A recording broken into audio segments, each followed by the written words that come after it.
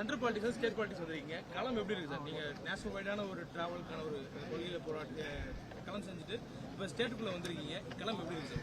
எங்க எல்லாம் வாக்காளர் ஒருத்தவங்க தானேங்க. இப்ப நான் ஸ்டேட்னா நான் என்ன அடுத்த வேற மாநிலத்தில் போய் நிக்க போறேன்? அப்படி கிடையாது. இதே வாக்காளர்கள் தான், இதே மக்கள் தான். மக்களுக்கு நல்லது செய்யறதுக்கு ஸ்டேட் பாலிடிக்ஸ்ல இருந்தா என்ன, சென்ட்ரல் பாலிடிக்ஸ்ல இருந்தா என்ன, இது வந்தாலும் மக்களுக்கு நல்லது செய்யாதான் தேர்தல் வாய்ப்பு கேட்கிறோம், அவ்வளவுதான். நீங்க ஒரு வேட்பாளர் மட்டும் இல்ல, உங்களுக்கு கூட பொறுப்பு இருக்கு. ஏன்னா மாவட்ட பொறுப்பாளர் தான் இருக்கீங்க, உங்களுக்கான பொறுப்பு இன்னும் கூடுதலா இருக்கு. அப்படி இருக்கும்போது இந்த முறை எப்படி உங்களுக்கு தேர்தல் அந்த அனுபவம் இருக்கு?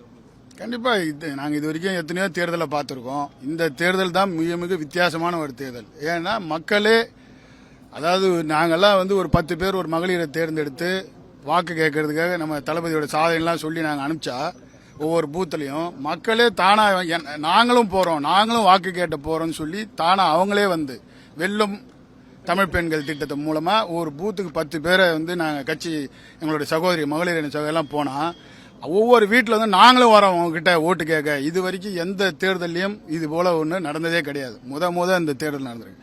அது மட்டும் இல்லை, நாங்கள் உறுப்பினர் சேர்த்தோம்.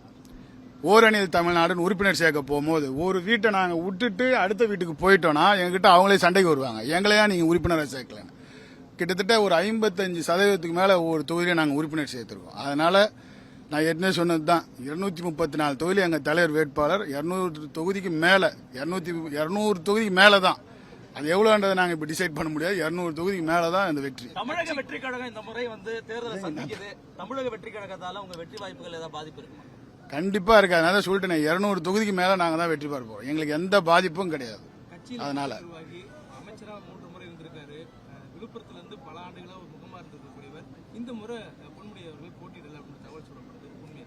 அதெல்லாம் உண்மை இல்லைங்க, அதெல்லாம் உண்மை இல்லை. அதான் நான் ஏற்கனவே சொல்லிட்டேன், எல்லாமே கட்சி எடுக்கிற முடியாது, தலைவர் எடுக்கிற முடிவு தான். விருப்பமனு கொடுத்திருக்காருங்களா? விருப்பமனு கொடுத்திருக்காரா தேர்தலில் போட்டியிட? இல்ல அப்படி கிடையாது. தலைவரே முடிவு எடுத்தா என்ன வேணாலும் நடக்கும். நன்றி.